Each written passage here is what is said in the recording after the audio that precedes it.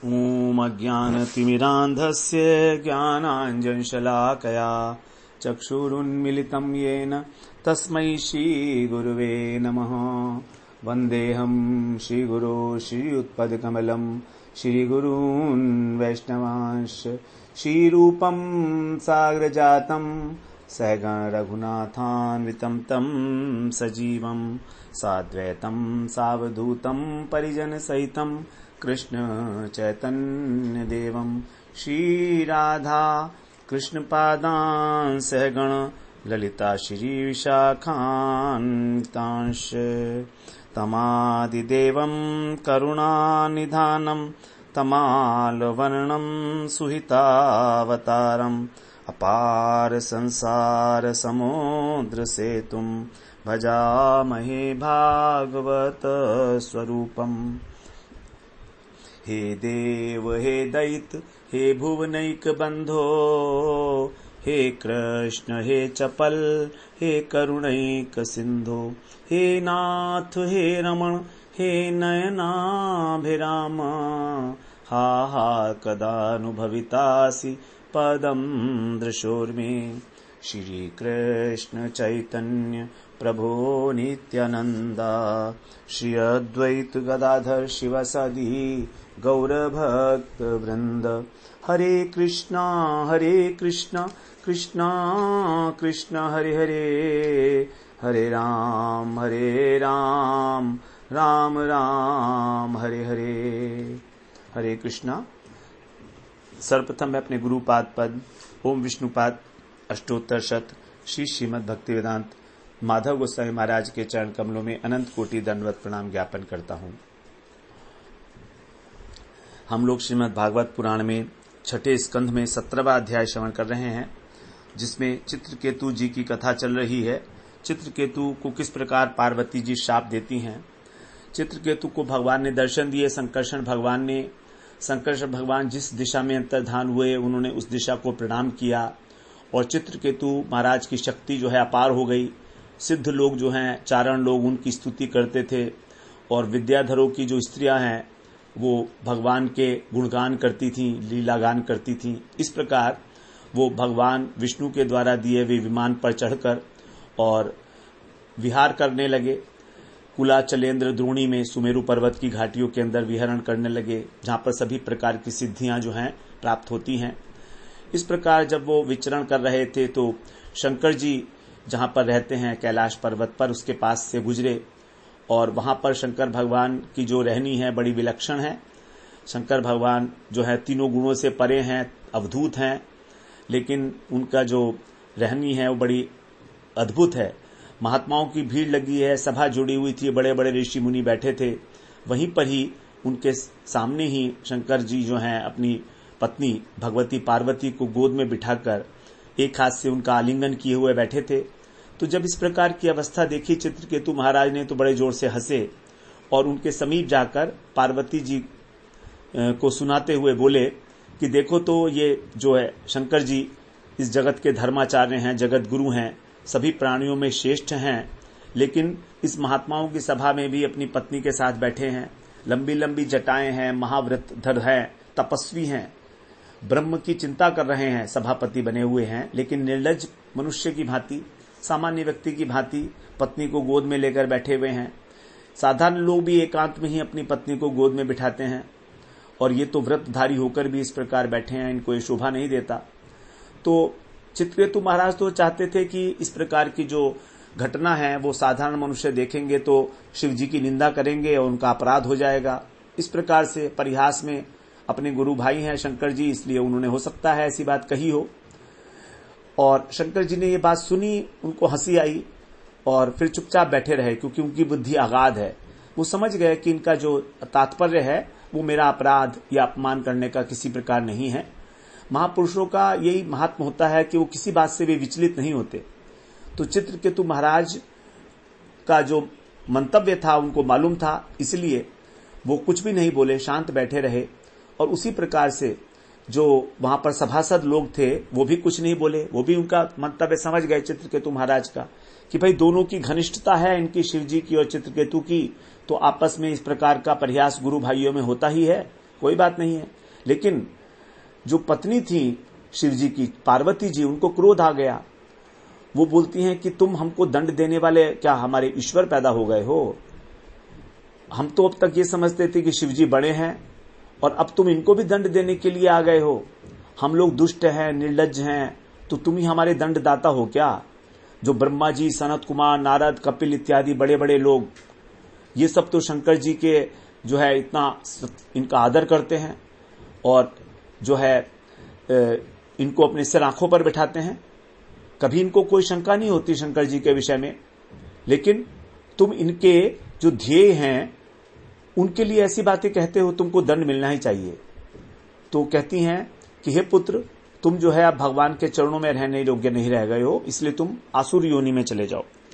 तुमको आसुर योनि प्राप्त होनी चाहिए, वहीं पर तुम जाओ, क्योंकि फिर तुम किसी महापुरुष का अपराध नहीं कर पाओगे।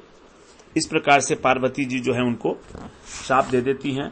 अब 16वें श्लोक में सुखदेव जी कह रहे हैं, श्री शुक उवाच एवं सप्तश्चित्रकेतुर्विमानादवरुह्य सह प्रसादयामास सतीं मूर्धना नम्रेण भारत।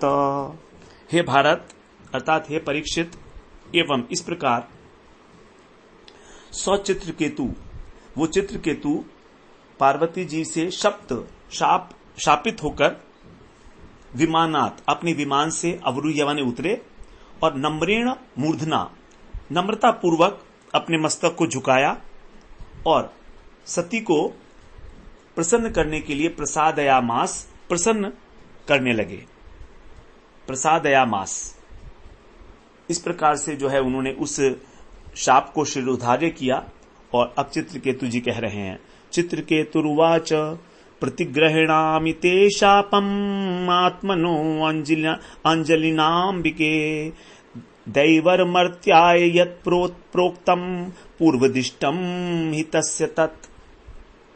हे अंबिके अर्थात हे माता पार्वती, मैं आत्मनः ते शापम, अपने लिए, ते माने आपके द्वारा जो शाप मिला है उसको अंजलिना, हाथ जोड़कर, प्रतिग्रहणामि, स्वीकार करता हूं। बड़ी प्रसन्नता के साथ मैं आपका शाप जो है स्वीकार करता हूं, क्योंकि देवई मर्त्याय, जो देवता हैं, वो देवता लोग, मर्त्याय जो मनुष्य हैं उनके लिए, यत प्रोक्तम जो कुछ भी कहते हैं, तस्य माने उसका, तत् माने वह, पूर्वदिष्टम पहले से प्रारब्ध होता है। तो देवता लोग मनुष्य को जो भी कह देते हैं किसी भी कारणवश, वो उनके प्रारब्ध के अनुसार जो उस मनुष्य को फल मिलने वाला है उसकी पूर्व सूचना मात्र है। आपने मुझे शाप नहीं दिया है, ये तो मेरे प्रारब्ध में था, ऐसा होना ही था मेरे साथ, इसलिए ऐसा हो रहा है, तो इसलिए मैं आपके शाप को स्वीकार करता हूं। तो देवता लोग किसी को शाप नहीं देते हैं, जो होने वाला होता है उसी को उस समय से पहले बोल देते हैं। यही किया पार्वती जी ने भी। तो इसलिए कह रहे हैं मुझे कोई शाप की परवाह नहीं है, ये तो मेरा अपना प्रारब्ध ही होगा। तो चित्रकेतु जो हैं भगवान के भक्त हैं, इसलिए पार्वती जी के शाप से तनिक भी वो विचलित नहीं हुए। उन्हें ज्ञात है कि शिव जी हो, पार्वती हो, उनके चरणों में उनका कोई अपराध नहीं है, कोई पाप नहीं किया है उन्होंने, फिर भी उनको दंडित किया गया था। तो इसका क्या मतलब हुआ? इसका मतलब कि ये जो दंड है ये तो पूर्व निश्चित था, ये तो उनके प्रारब्ध में था ही था, इसीलिए उन्होंने कोई परवाह नहीं की इसकी। तो भक्त जो है इतना विनम्र होता है कि जीवन में प्रत्येक परिस्थिति को स्वीकार करता है, चाहे वो अनुकूल हो चाहे प्रतिकूल हो। जैसे ब्रह्मा जी ने कहा, तत्ते अनुकंपाम सुसमीक्षमाणो भुंजान एव आत्मकृतम विपाकम, अपना ही पाप मानकर प्रतिकूल परिस्थिति को स्वीकार करना और उसको उसमें भगवान की कृपा का दर्शन देखना, करना, भगवान की कृपा, अनुग्रह मानना। यदि इस प्रकार से हमारे जीवन में जो भी असफलता मिलती हैं वो हमारे दुष्कर्मों का ही फल है, किसी न किसी जन्म का। हम उसमें किसी को दोष दें ये हमारे ठीक नहीं है, और यदि हम दोष देते हैं तो उससे हमारा एक दूसरा कर्म बंधन ही तो बन रहा है। इसलिए किसी को भी दोष देने का क्या क्या लाभ है? यदि कोई व्यक्ति हमारा अपमान करता है तो वो अपमान करने के लिए उसका कोई दोष नहीं है, बिल्कुल भी दोष नहीं है। हमारा जो अपमान हो रहा है वो इसलिए हो रहा है कि हमने ही कहीं पूर्व जन्म में कोई गलत कार्य किया है, उसके लिए हमने उसको कई कष्ट दिया है, तभी तो हमें कष्ट दे रहा है। तो कष्ट को बिना किसी प्रतिकार के भोग लेना भगवान की कृपा मानकर, यही हमारे को उस पाप से मुक्त होने की सर्वश्रेष्ठ विधि है, बड़ी सरल विधि है कि हम किंचित परिमाण में उस पाप के फल को भोग कर और अब अपने अंतःकरण को शुद्ध कर रहे हैं। इस बात को मानना चाहिए। तो जिसने भी कृष्ण भक्ति को स्वीकार कर लिया है, अपने को भक्त मान लिया है भगवान का, कि अब मेरा जीवन गुरु, हरि गुरु, वैष्णव के समर्पित है, वो कर्म के नियम के अनुसार हमारे जीवन में हमको जो भी सुख और दुख मिलते हैं उससे कभी भी विचलित नहीं होता, क्योंकि अब वो कर्म से परे हो गया। उसके द्वारा जो भी क्रियाएं की जा रही हैं शरीर, मन और वाणी के द्वारा, वो अपने लिए नहीं है। ब्रह्म संहिता में कहा है, कर्माणि निर्दहति किंतु ज भक्ति भाजाम। भक्त जो है वो कर्म के फल को निर्दहति, उसका निर्दहन कर देता है, उसका निस्तारण कर देता है, मुक्त हो जाता है उस फल से। क्यों? क्योंकि अब वो भक्ति भाजाम, अब वो भगवान की भक्ति कर रहा है। सम्यक व्यवसितो ही सह, उसने अच्छी प्रकार से यह निर्णय कर लिया है कि अब मेरे जीवन का उद्देश्य केवल एकमात्र भक्ति है। इसलिए भगवान ने उसका कहा, साधुरेव से मंतव्य, उसको साधु मानो। तो यही सिद्धांत है कि जो भी भक्ति करता है, माम चे यो अव्यभिचारेण भक्ति योगेन सेवते, जो अव्यभिचारिणी भक्ति, शुद्ध भक्ति के द्वारा मेरा सेवन करता है, मेरी पूजा करता है, से मेरा वो तीनों गुणों से अतीत हो जाता है। स गुणान समतीते तान ब्रह्म भूयाय कल्पते, 14वां अध्याय का 26वां श्लोक। त्रिगुणातीत अवस्था का मतलब क्या है? कि अब वो सत्व, रज और तम, इस माया के बंधन से, अर्थात कर्म के बंधन से अब वो उपराम हो गया है, क्योंकि वो भगवान की भक्ति करता है। क्षीयन्ते चास्य कर्मणि, प्रेम की अवस्था प्राप्त करने से बहुत पहले ही उसके कर्म के सभी फलों का क्षय हो जाता है। क्षीयन्ते, क्षीण हो जाते हैं वो जितने भी कर्म हैं उस व्यक्ति के। तो भगवान अपने भक्तों के प्रति अत्यंत भक्त वत्सल हैं, इसीलिए उसके जो पाप, कर्म जनित पाप हैं या पुण्य हैं, उन दोनों को ही भगवान जो है वो नष्ट कर देते हैं। पाप के साथ साथ पुण्य भी हमारा उतना ही हमारे लिए हानिकारक है जितना कि पाप। जब तक हमारे पुण्यों के फल शेष हैं तब तक भी हम भक्ति में आगे नहीं बढ़ते, हमको प्रेम अवस्था प्राप्त नहीं हो सकती, क्योंकि पुण्य किए हैं तो भोग मिलेंगे।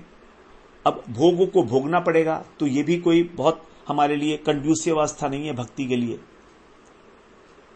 पुण्य करे हैं तो स्वर्ग की कामना है, स्वर्ग मिलेगा। तो भक्त के लिए स्वर्ग हो, चाहे नरक हो, चाहे मुक्ति हो, ये सब एक समान बताए गए हैं। वो किसी प्रकार की कोई भेद नहीं करता, चाहे अनुकूल हो चाहे प्रतिकूल हो। वो हमेशा केवल एक ही उद्देश्य होता है उसका, कि उसको कृष्ण प्रेम प्राप्त करके कृष्ण की सेवा में नियुक्त होना है। उसकी अभिलाषा इतनी अधिक उत्कट हो जाती है, भगवान से मिलने की उत्कंठा इतनी प्रबल होती है कि उस विरह के अंदर, उस विरह अग्नि के अंदर उसके पाप और पुण्य दोनों जल जाते हैं। जब उसको विरह का अनुभव होता है तो उसके पाप जल जाते हैं, और जब कभी कभी भगवान की लीलाओं की स्फूर्ति होकर उसको आनंद मिलता है तब उसके पुण्यों का क्षय हो जाता है।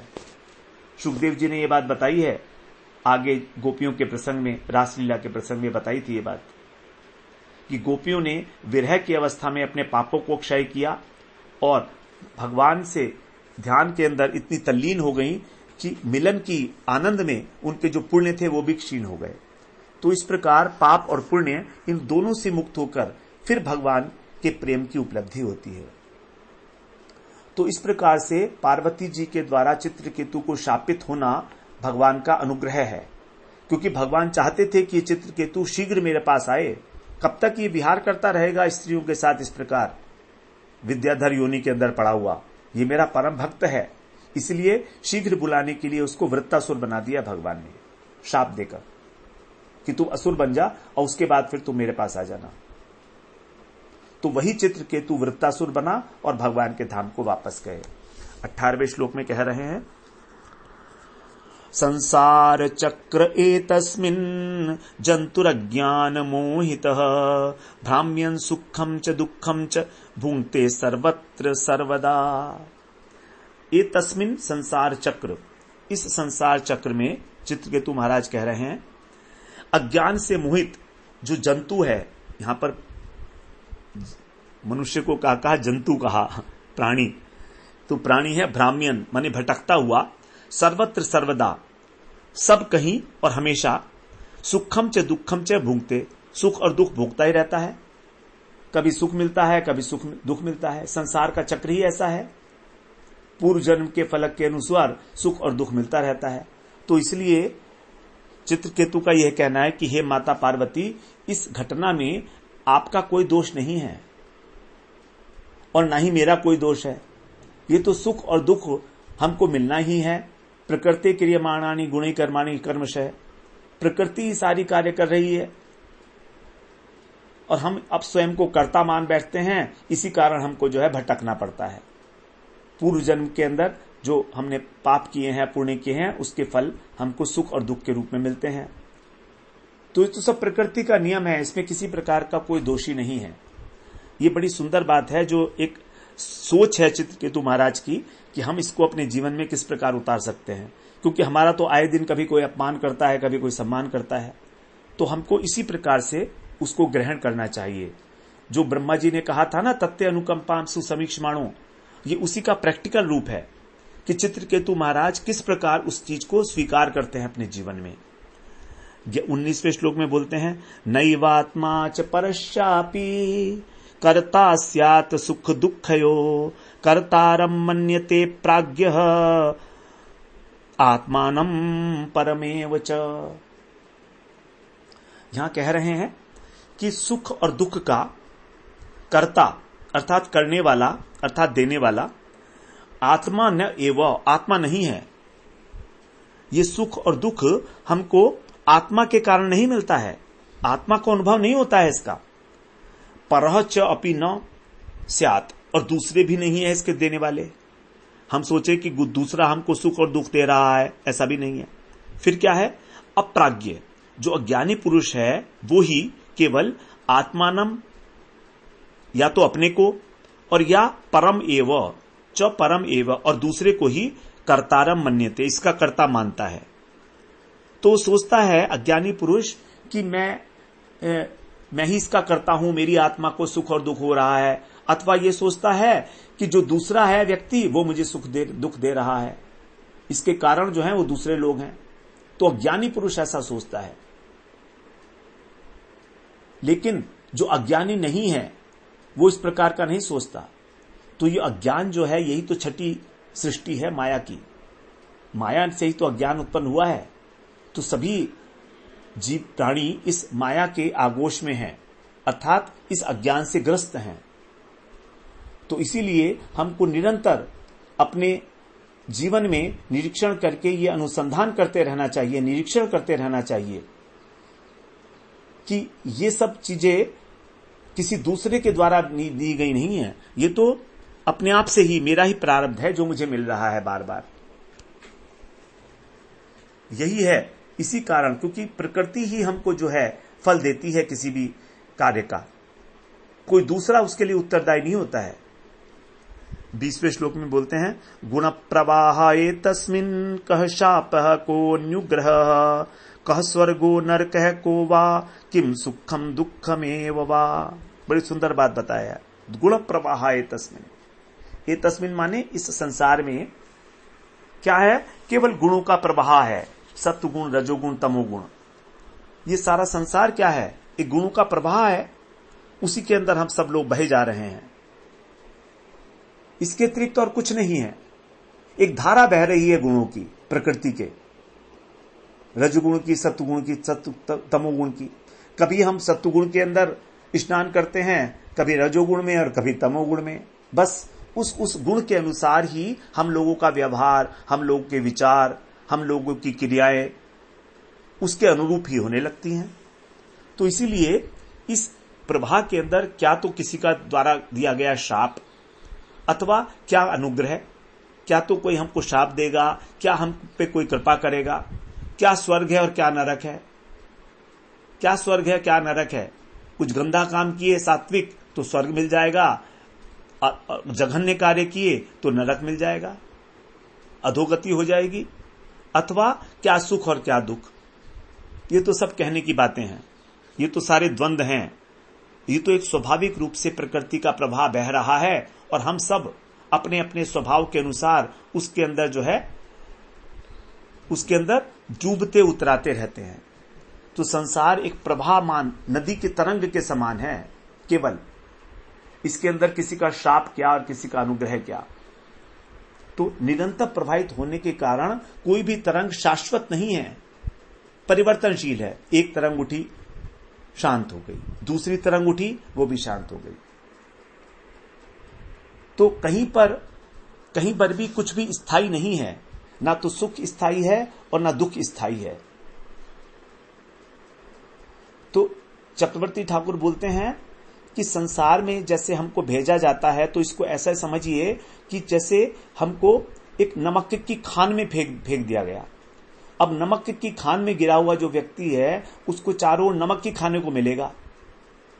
उसी प्रकार से ये संसार जो है दुखालय है। यदि इसके अंदर थोड़ा बहुत हमको तथाकथित क्षणिक सुख मिलता है, तो वो भी दुख की ही उत्पत्ति का स्थान है। लेकिन अज्ञानतावश हम इसको समझ नहीं पाते। और जिस व्यक्ति को चेतना जागृत हो जाती है, जो कृष्ण का भक्त बन जाता है, वो उसको इस संसार की किसी भी वस्तु से, सुख दुख से कोई सरोकार नहीं रहता। उसके लिए किसी का कोई प्रयोजन नहीं, चाहे सुख हो, चाहे दुख हो, चाहे हर्ष हो, चाहे शोक हो, चाहे शाप हो, चाहे कृपा हो, चाहे स्वर्ग मिले, चाहे नरक मिले, कोई अंतर नहीं पड़ता।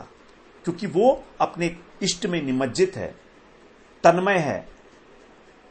तो जब जीवात्मा ये बात को समझ लेता है कि वो केवल कृष्ण का एक दास है, नित्य दास है, तो फिर किसी प्रकार के कष्ट का प्रश्न ही नहीं होता।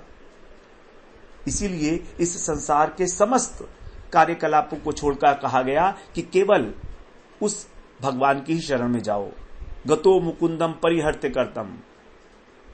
कैसे हम वो शरणम शरण्यम, जो शरण लेने योग्य है एकमात्र, वही कृष्ण, वही मुकुंद। 21वें श्लोक में कह रहे हैं, एक सृजति भूतानि भगवान आत्म मायया एषाम बंधम च मोक्षम च सुखम दुखम च निष्कलः। एक निष्कलः, वो भगवान कैसे हैं? अकेले हैं। निष्कलः, निष्कलः माने परिपूर्ण है, किसी प्रकार का उनके अंदर कोई खंड नहीं है, कोई विभाजन नहीं है, वो अखंड है, एक रस वर्तमान है, उसको बोलते हैं निष्कल। कल बोलते हैं पुर्जों को, कल पुर्जे बोलते हैं ना, कल पुर्जे। तो अलग अलग, जैसे कल पुर्जों से एक मशीन बनती है, तो खंड खंड होकर, तो वो वहां पर कोई अलग अलग खंड नहीं है, अखंड है। तो निष्कल का अर्थ है अखंड, परिपूर्ण। भगवान आत्म माया, अपनी माया से, भूतानी माने प्राणियों को, च माने और, एशाम बंधम, इनके बंधन को, च मोक्षम, और इनके मोक्ष को, च सुखम दुखम, और इनके सुख दुख को सृजिति, सृजन करते हैं। तो केवल एक वो भगवान ही अनेक प्रकार के जीवों की सृष्टि करते हैं, जो माया से जो है बद्ध होकर अविद्या को प्राप्त हो जाते हैं और उनको अनेक प्रकार के बंधनों का अनुभव होता है। जबकि जब वो ज्ञान प्राप्त कर लेता है जीवात्मा, तो उसको मुक्ति मिल जाती है। और सत्वगुण, रजोगुण, तमोगुण के कारण उसके सुख दुख मिलते रहते हैं इस प्रवाह में, जगत के अंदर आसक्ति के कारण। गुणा गुणेषु वर्तन्त इति मत्वा न सज्जते। गुण ही गुणों में बरत रहे हैं, अर्थात इन गुणों के कारण ही हमको सुख दुख की अनुभूति हो रही है और कोई कारण नहीं है। तो ये सब कुछ करते हैं भगवान अकेले, एकह। भगवान अकेले ही हैं। भगवान की जो शक्तियां हैं वो अनंत है। परास्य शक्तिर विविधैव श्रूयते। भगवान की शक्तियां अनंत हैं, उन्हीं में से 3 शक्ति प्रधान है। अंतरंगा शक्ति, जीव शक्ति और बहिरंगा शक्ति। तो ये जो जगत है, जड़ जगत, ये उनकी बहिरंगा शक्ति का परिणाम है। और जो जीव शक्ति है उससे सभी प्राणियों की उत्पत्ति होती है। जो अनंत असंख्य प्राणी हैं इस ब्रह्मांड में, वो सब भगवान की जीव शक्ति के परिणाम है। और भगवान की अध्यक्षता में ही उनकी जो अंतरंगा शक्ति है कार्य करती है, ब्रह्मांड की रचना करती है। मया अध्यक्षेण प्रकृति सूयते सचराचरम। अब क्योंकि भगवान की अध्यक्षता में करती है, इसलिए यहां पर कहा गया कि भगवान अपनी माया से इन सबको उत्पन्न करते हैं। प्राणियों का मोक्ष, प्राणियों का बंधन, सुख और दुख की अनुभूति। तो जब जीवात्माएं सत्वगुण में प्रतिष्ठित होती हैं तो सुख का अनुभव होता है, रजोगुण में होती हैं तो उनको दुख का अनुभव होता है, और जब तमोगुण में होती हैं तो घोर अंधकार में होती हैं। उन्हें यही नहीं पता होता है कि क्या अच्छा है और क्या बुरा है। इस प्रकार से ये सब गुण का प्रवाह है जो भगवान की माया के द्वारा ही प्रसारित हो रहा है इस जगत में। आगे 22वें श्लोक में बोलते हैं, न तस्य कश्चित् दहित प्रतीपो न ज्ञाति बंधुर्न परो न च स्वः समस्य सर्वत्र निरंजनस्य सुखेन रागः कुत एव रोषः। तस्य कश्चित्, तस्य माने उनका, कश्चित् माने कोई, दयितः न, कोई प्रिय नहीं है, प्रतीपः न, कोई शत्रु भी नहीं है, ज्ञाति बंधु, उनका कोई जाति वाला भाई भी नहीं है, पर है, कोई पराया, स्व माने कोई अपना भी नहीं है, सर्वत्र समस्य, सर्वत्र उनका समान भाव है, निरंजन है वो, अर्थात नित्य निर्दोष वृत्ति को प्राप्त है, सुखे रागः न, किसी प्रकार के सुख में कोई प्रीति नहीं है, रोषः कुत एव, फिर क्रोध कहां से होगा। यहां कह रहे हैं कि हे माता जी, भगवान सब प्रकार से सम है, माया के सभी प्रकार के मलों से रहित हैं, समोहम सर्वभूतेषु न मे द्वेष्यो अस्ति न प्रिय, किसी प्रकार की कोई आसक्ति नहीं है, न कर्म फले स्पृहा, किसी प्रकार की कोई स्पृहा नहीं है, सब कुछ भगवान को प्राप्त है, ऐसा कुछ नहीं जो भगवान को अप्राप्त हो। तो फिर उनमें क्रोध क्यों होगा? उनमें किसी प्रकार का क्रोध होने का प्रश्न ही नहीं उठता। 23वें श्लोक में बोलते हैं, तथापि तच्छक्ति विसर्ग एषाम सुखाय दुखाय हिताय बंधाय मोक्षाय च मृत्यु जन्मनो शरीरिणाम संसृत एव कल्पते। यहां पर कह रहे हैं तथापि, ऐसा होने पर भी, तत्शक्ति, उनकी जो शक्ति है उसके विसर्ग माने उसका जो शक्ति के कारण पाप और पुण्य जो होता है, विसर्ग, विसर्ग का मतलब है विशेष सृष्टि। विशेष सृष्टि का हम लोगों ने 4थे अध्याय में श्रवण किया था। विसर्ग का जो धर्म अर्थ काम मोक्ष 4 प्रकार के पुरुषार्थ हैं उसको कहा गया, जिसके कारण मनुष्य को पाप और पुण्य की उपलब्धि होती है। तो ये जो है पाप और पुण्य की प्राप्ति इसी के कारण होती है, माया के कारण। एशाम शरीरिणाम, ये जो शरीरधारी हैं इनके सुखाय दुखाय, सुख और दुख, हित और अहित, बंधन और मोक्ष, मरण और जन्म, संसरते अवकल्पते, आवागमन के कारण होते हैं। तो माया के द्वारा व्यक्ति, प्राणी जो अनेक प्रकार के कर्मों में लगा हुआ है, धर्म अर्थ काम मोक्ष, इन 4 प्रकार के पुरुषार्थों में जो संलग्न है विसर्ग में, इसको विसर्ग कहते हैं धर्म अर्थ काम मोक्ष को, क्योंकि विशेष रूप से सृष्टि है ना भगवान की। तो इसमें जो लगा हुआ है इसके कारण ही, शुभ और अशुभ कर्मों के कारण ही उसको सुख दुख की प्राप्ति होती है, और जन्म मृत्यु हानि लाभ ये सब कुछ चलता रहता है। तो भगवान इसके लिए किसी प्रकार से उत्तरदायी नहीं है। कभी हम कहें कि हमको दुख हो रहा है तो इसका यह मतलब है कि भगवान हमसे क्रोधित हैं, ऐसा नहीं है। भगवान ना कभी किसी से क्रोधित होते हैं, ना कभी किसी से प्रसन्न होते हैं। भक्तों की बात अलग है, यहां पर साधारण पुरुष की बात कर रहे हैं।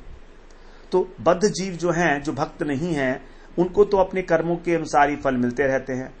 जैसे एक न्यायालय के अंदर जज होता है, तो वो किसी को फांसी की सजा दे देता है, किसी को न्यायालय से छोड़ देता है, लेकिन ना तो उसको हर्ष होता है, ना उसको शोक होता है, ना ही वो इनके लिए उत्तरदायी है सुख और दुख के लिए उनको जो हो रहा है। तो सुख दुख उनके अपने कर्मों का परिणाम है। तो व्यक्तिगत रूप से वो जज जो है उत्तरदायी नहीं है इस प्रकार से। इसी प्रकार से परमात्मा भी समदृष्टि वाले हैं, वो कभी किसी पर क्रोध नहीं करते। एक दूसरा उदाहरण है कमलनी का और भौरों का। जैसे कमलनी सूर्य के प्रकाश में खिलता है और बंद हो जाती है, तो उससे क्या होता है, जो उसके अंदर भौरे होते हैं उनको सुख और दुख का अनुभव होता है। अगर बंद हो गया तो भौरा कमल के अंदर, तो उसको दुख होता है, और जब कमल खुलता है तो उसको सुख होता है। तो उसके लिए सूर्य या सूर्य का प्रकाश उत्तरदायी नहीं है किसी भी प्रकार से। तो हम भगवान के ऊपर जो दोषारोपण करते हैं कभी कभी जब हमारे ऊपर प्रतिकूल परिस्थिति होती है, तो ये सब प्रकार से अवांछनीय है। इसी बात को यहां पर कह रहे हैं। 24वें श्लोक में बोलते हैं, अथ प्रसादेन त्वां शाप मोक्षाय भामिनी यन्मन्यसे असाधुक्तम मम तत्क्षम्यताम सती। बड़ी सुंदर बात कही है यहां पर। अथ प्रसादये, हे सती अर्थात हे पतिव्रता देवी, भामिनी माने देवी, त्वाम शाप मोक्षाय, आपको शोक अपने को शोक से, आपके शाप से मोक्षाय छुड़ाने के लिए न प्रसादये, मैं आपको प्रसन्न नहीं कर रहा हूं। मैं जो आपसे चर्चा कर रहा हूं, ये मेरी इच्छा नहीं है कि आप मुझको इस शाप से मुक्त कर दें, मैं ऐसा नहीं चाहता। लेकिन मैं ये जरूर चाहता हूं कि यत मम उक्तम, मेरे द्वारा जो भी कहा गया, असाधु मन्य से, यदि आप उसको असाधु मानती हैं, उसको बुरा मानती हैं, तो तत्क्षम्यताम, आप उसको क्षमा जरूर कर दें। तो आपको जो मेरी बात अनुचित प्रतीत हुई है, ये मैं चाहता हूं कि उसके लिए आप मुझे क्षमा कर दें। शाप से मुक्त होने के लिए कभी आप समझ रही हो कि मैं आपकी जो है चमचागिरी कर रहा हूं, कि आप इसके लिए उत्तरदायी नहीं हैं, हमारा ही जो है प्रारब्ध है, हमें भोगना ही पड़ेगा। तो मैं आपके शाप से मुक्त होना नहीं चाहता हूं, मैं क्षमा प्रार्थी नहीं हूं।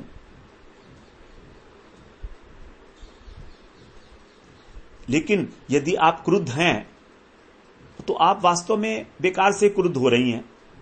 इसीलिए मैं ये चाहता हूं कि आप मुझे क्षमा करें, क्योंकि आप यदि अनुचित समझती हैं जो कुछ मैंने कहा इस बात को, तो वास्तव में यह अनुचित तो है ही, इसमें तो कोई शक नहीं है।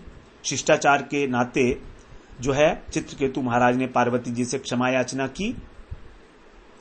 चित्रकेतु को यह पता है कि प्रकृति के नियम से ही सभी फल प्राप्त होते हैं हमको जीवन में, इसलिए वो पार्वती जी के शाप से मुक्त नहीं होना चाहते, तो भी वो उनको संतुष्ट करना चाहते हैं। अब क्योंकि शिष्टाचार के नाते उन्होंने जो कहा था वो ठीक नहीं है, चाहे भले ही वो किसी भी भाव से उन्होंने कहा है, शंकर जी तो उसको समझ गए, लेकिन साधारण व्यक्ति तो उसको नहीं समझ पाएगा ना। तो कहते हैं आपको जो दुख पहुंचा है उसके लिए मैं जो है आपसे क्षमा मांगता हूं कि आप दुखी ना हो। इस प्रकार से चित्रकेतु महाराज अपनी बात जो है पार्वती जी के समक्ष रखते हैं। तब शुकदेव जी कहते हैं, श्री शुक उवाच इति प्रसाद्य गिरिशौ चित्रकेतुररिन्दम जगाम स्वमिमानेन पश्यतो स्मयतोस्तयो। शुकदेव जी कहते हैं इति प्रसाद्य गिरीशौ, इस प्रकार जो चित्रकेतु महाराज हैं वो, इति माने इस प्रकार,